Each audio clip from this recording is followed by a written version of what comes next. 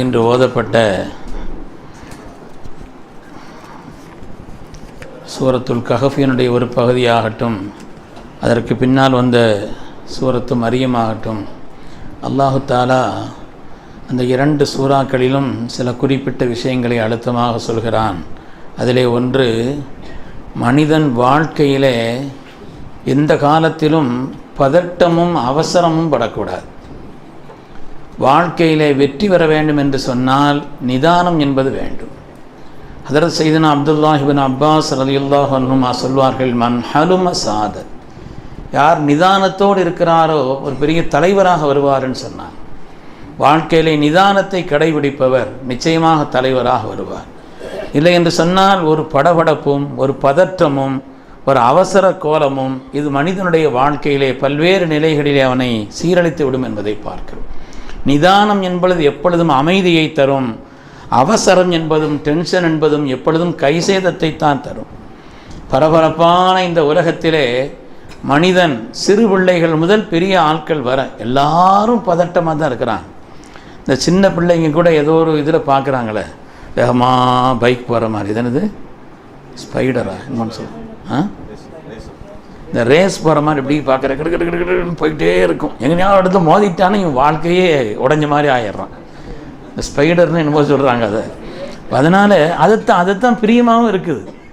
அதைத்தான் அந்த அவசரமான உலகத்தில், இந்த பதட்ட உலகத்தில் மனிதர்கள் சிறு பிள்ளைகள் முதல் பெரிய ஆட்கள் வரை இந்த பதட்டம் என்பது அவர்களை தொற்றி கொண்டிருக்கிறது. உம்முன் நதாமா என்று சொல்வார். இந்த பதட்டத்தை உம்முன் நதாமா, கைசேதங்களுடைய தாய் என்று சொல்வார். உலகத்தில் எதுக்கெல்லாம் ஒரு மனிதன் கைசேதப்படுவானோ அந்த கைசேதத்திற்கான தாய் எது என்று சொன்னால் அவசரம்தான். மார்க்கத்தில் அவசரப்படுவதை மார்க்கம் வெகுவாக கண்டிக்கிறது. அவசரப்படுறது 3 காரியங்களில் அவசரப்படலாம். அதை சொல்லுங்கள் சிறுத்து. 3 காரியத்தில் என்ன செய்யலாம்? அவசரப்படலாம். தொழுக வக்து வந்தால் தொழுதுறான், அது தாமதிக்கக்கூடாது, அதில் அவசரம் காட்டணும். ஜனாசா வந்துருச்சுன்னு சொன்னால் என்ன செய்யணும்? சீக்கிரமாக அடக்கிறதுக்கு உண்டான, அதை பெட்டியை வச்சு பூட்டி அதுக்குண்டான வேலைகள்லாம் பார்த்துட்டு இருக்கக்கூடாது. சீக்கிரமாக அடக்கிறதுக்குண்டான வேலைகளை பார்க்கணும். அது மாதிரி நல்ல பொண்ணு ஒரு மாப்பிள்ளைக்கு அமைஞ்சிச்சின்னா சீக்கிரம் கல்யாணம் வச்சு கொடுத்துறோம். இல்லைன்னு சொன்னால் தக்குன் ஃபித்னத்தன் ஃபில்லரல் யோ ஃபசாதுன்னு பதி, அதில் உலகத்தில் பெரிய பல்வேறு விதமான குழப்பங்கள் வரும்னு சொன்னாங்க. சில காரியங்களில் இதுதான் தவிர மற்ற காரியங்களில் பூரா நிதானத்தை கடைபிடிக்க வேண்டும் என்று மார்க்கம் நமக்கு சொல்லி காண்பிக்கிறது. அந்த நிதானத்தை இழந்த காரணத்தினால் இன்று உடல் நோய்களால் மாத்திரமல்ல, பல்வேறு மன அழுத்தங்களாலே, உளவியல் ரீதியான பல்வேறு பிரச்சனைகள், பல்வேறு சோதனைகள், மனிதன் தன்னுடைய சின்ன காரியத்திலிருந்து, வாகனம் ஓட்டுறதிலிருந்து வாழ்க்கை ஓட்டுறது வர, வாகனத்தை ஓட்டுறதிலிருந்து வாழ்க்கை ஓட்டுறது வர நிதானம் தவறிய காரணத்தினாலே பல்வேறு விதமான பிரச்சனைகள், மனிதனுடைய கொடூர சிறு வயதினுடைய மரணங்களை பார்க்கிறோம். நிதானம் தவறிய காரணத்தினாலே பல்வேறு விதமான சிக்கல்களும் சிரமங்களும் இருப்பதை நாம் வாழ்க்கையிலே பார்க்கிறோம். அருமையான பெருமக்களே, சஹாபிகளிலே நிதானத்திற்கு பெயர் பெற்ற சஹாபிகளிலே அதற்கு முஆவியா ரலியல்லாஹு அன்ஹு முக்கியமான ஆள். அதற்கு முஆவியா ரலியல்லாஹு அன்ஹு இருக்கிறாங்களே, நிதானத்துக்கு ரொம்ப பெயர் பெற்றவங்க. பின்னால் தான் இஸ்லாம் ஆகிறாங்க. அவங்க இஸ்லாம் ஆகக்கூடிய அந்த நேரத்திலே வாயில் இப்னு ஹுஜர் ரலியல்லாஹு அன்ஹு என்ற ஒரு சஹாபியும் சேர்ந்து இஸ்லாம் ஆகிறாங்க. வாயில் இப்னு ஹுஜர் யாருன்னு சொன்னால் ஒரு பெரிய மன்னர் பரம்பரையில் உள்ளவர். அவங்க இஸ்லாமான உடனே அவங்கள கொண்டு போய் கண்ணியமாக நீங்கள் அங்கே கொண்டு போய் விட்டுட்டு வாங்கன்னு சொல்லி அனுப்புவதற்காக அதற்கு முஆவியா இருந்தான் அவங்களே அனுப்புகிறாங்க. நீங்களும் கூட போயிட்டு வாங்க அவங்களோடன்னு சொல்லி கூட போயிட்டு வாங்கன்னா அதற்கு முஆவியா ரலியல்லாஹு தஆலா கூட போகிறாங்க.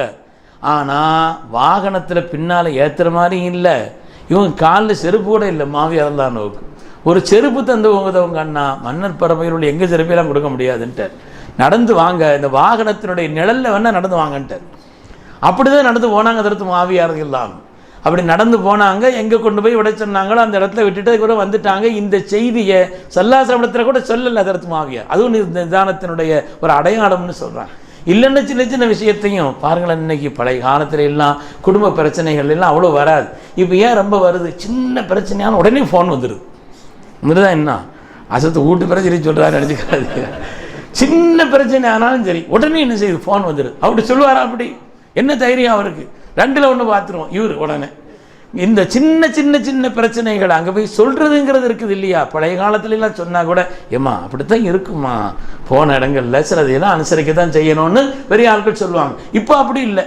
இவர் ரொம்ப பிள்ளைகள் மீது பாசம் உள்ள மாதிரி நினச்சிக்கிட்டு நிதானத்தை இழந்து சில காரியங்களை செய்கிறதையும் பார்க்குறோம். அதற்கு முஆவியா ரலியல்லாஹு தஆலா வந்து சொல்லக்கூட இல்லை.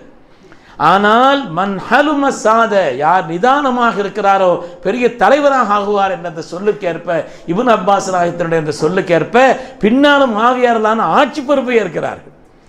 ஆட்சி பொறுப்பிலே இருக்கும் பொழுது அவங்கள பார்க்கறதுக்கு வர்றாங்க. இந்த வாயில் இப்னு ஹுஜர் ரலியல்லாஹு தஆலா அவங்கள சந்திக்கிறதுக்காக வர்றாங்க. சந்திப்பதற்காக வந்தால் தன்னுடைய பழைய நினைவுகளை எல்லாம் நினைத்து கொண்டு ஹதரத் செய்தனா முஆவியா இருந்தால் அவங்கள பழி வாங்கவோ தப்பாக நினைக்கல.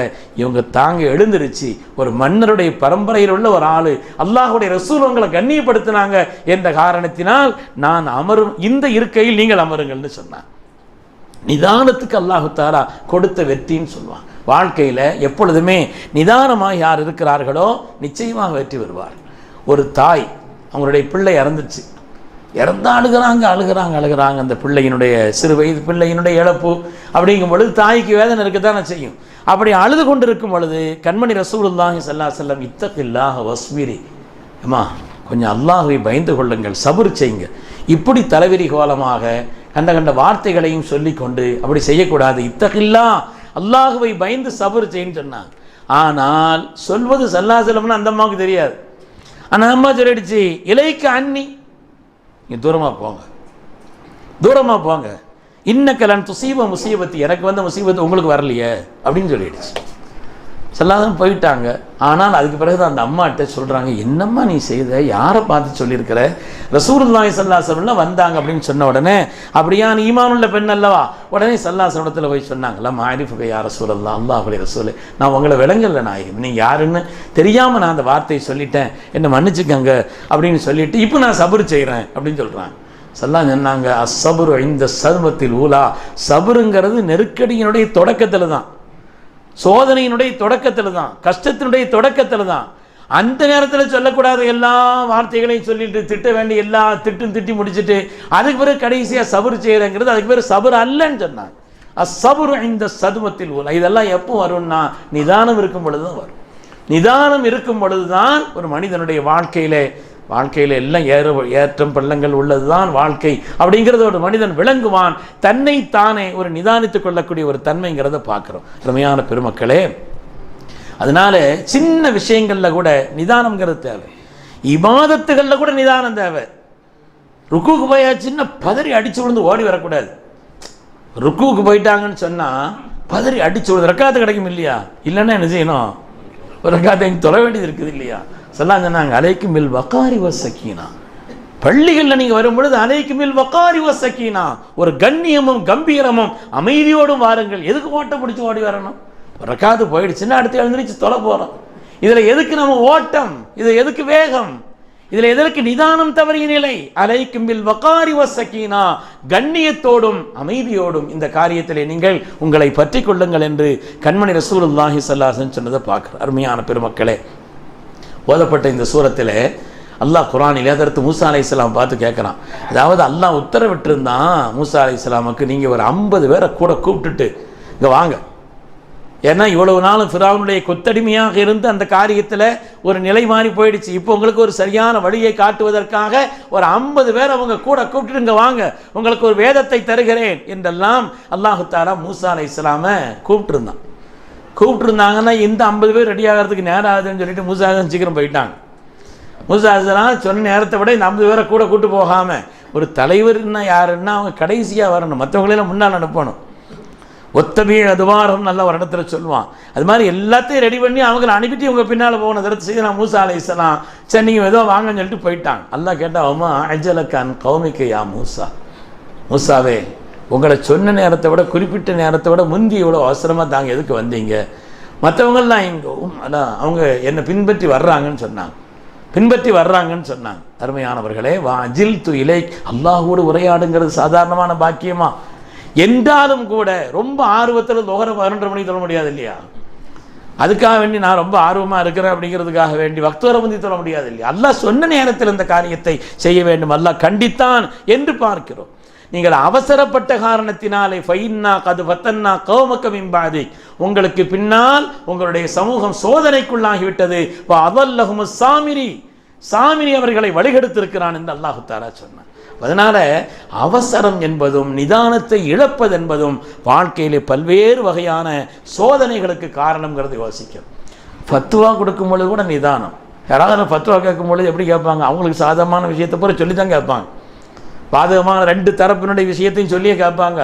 ஒரு ஆள் ஒரு கண்ணு போன மாதிரி வந்துட்டு இவன் கண்ணை அவன் இது பண்ணிட்டான், இப்போ என்ன செய்யணும்னா உடனே ஃபத்வா கொடுத்துடக்கூடாது. ரெண்டாவது வர்றவனுக்கு ரெண்டு கண்ணும் போயிருந்தாலும் போயிருக்கும், ரெண்டாவது வர்றவன் இருக்கிறானே அவனுக்கு ரெண்டு கண்ணும் போயிருந்தாலும் இருக்கும். அதனால் அதையும் விசாரிக்காமல் இரண்டு தரப்பையும் கேட்காமல் ஃபத்வா கூட கொடுக்கக்கூடாது. நிதானம் அந்த காரியத்தில் தேவை. அதற்கு இப்னு அப்பாஸ் பாடம் நடத்திக்கிட்டு தாங்க ரலியல்லாஹு அன்ஹுமா. ஒரு ஆள் வந்தார், வந்து கேட்டார், அவங்க வந்து கேட்டாங்க, ஹல்லி காத்திலின் மின் தௌபா, ஒருத்தன் கொலை செய்துட்டான், அவனுக்கு தௌபா உண்டான்னு கேட்டான். ஒரு ஆள் கொலை செய்துட்டான், தெரிஞ்சோ தெரியாமலும் ஒரு தப்பு பண்ணிட்டான் வாழ்க்கையில், அவன் அல்லாஹ்விடத்தில் தௌபா செய்து மீள முடியுமா, தௌபா இருக்குதான்னு கேட்டாங்க. இல்லைன்ட்டாங்க இப்னு அப்பாஸ், இல்லைன்ட்டாங்க. போன பிறகு மாணவர்கள்லாம் கேட்டாங்க, தௌபா அவங்க வந்து கொலையே செய்துட்டான், இருந்தாலும் அவன் அழுது கெஞ்சி ரப்பிடத்தில் தௌபா செய்து உள்ள உருகி கேட்கும் பொழுது அல்லாஹ் மன்னிக்க மாட்டானான்னு கேட்டாங்க. இப்னு அப்பாஸ் சொன்னாங்க, மன்னிப்பாங்க அல்லாஹ், ஆனால் பாட்டிக்காரன் வந்தானே இவன் வந்து ஒரு ஆளை கொலை செய்யறதுக்கு திட்டமிட்டுங்க வந்திருக்கிறான், ஒரு ஆள் ஏற்கனவே கொலை செய்யறதுக்கு திட்டமிட்டுருக்கிறான். இப்போ நான் வந்து தௌபா உண்டுன்னு சொன்னால் ஒரு உயிர் போயிடும், நான் தௌபா உண்டுன்னு இப்போ சொல்லிட்டேன்னு சொன்னால் ஒரு உயிர் போயிடும், அந்த உயிரை காப்பாற்றணும், அதுக்காண்டி நான் இல்லைன்னு சொன்னேன். ஏற்கனவே செய்த கொலைக்கு தௌபா கேட்டவன் வரவில்லை, இப்பொழுது அவனுடைய முகத்திலே கோபத்தின் கனல் தெரிகிறது, போய் ஒரு ஆளை போடுறதுக்கு ரெடியாக இருக்கிறான்.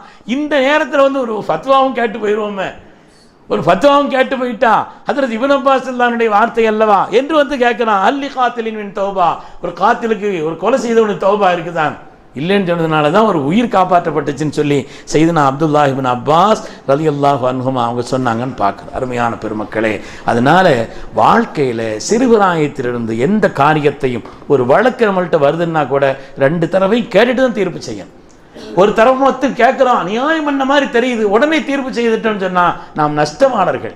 இந்த உலகத்திலேயே தீர்ப்பு சொல்வதில் வல்லவர் சையதுனா அலி இப்னு அபீ தாலிப் ரலியல்லாஹு அன்ஹு ஸல்லல்லாஹு அலைஹி வஸல்லம் உங்களுக்கு சொன்ன அசலான அறிவுரை இதுதான், நீங்கள் எதிர்த்தரப்பை பற்றியும் கேட்காமல் எந்த காரியத்தில் தீர்ப்பு செய்யக்கூடாது என்றுதான் அவங்க சொன்னாங்கன்னு பார்க்குறோம். அதனால ஒவ்வொரு காரியத்திலையும் நம்முடைய இபாதத்திலையும் கூட நிதானமும் அவசரப்படாத தன்மையும் வேண்டும் என்று நமக்கு பெருமக்கள் உணர்த்தி காண்பிக்கிறார்கள் அல்லாஹுடைய ஆயாத்துகளின் வழியா.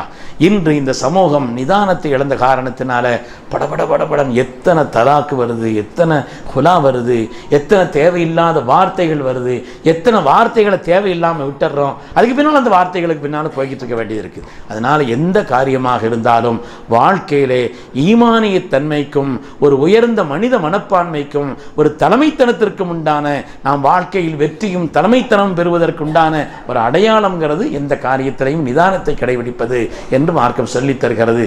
அல்லாஹு தஆலா அப்படிப்பட்ட உயர்ந்த பண்பை சன்மானமாக நமக்கு தந்தருள்வானாக.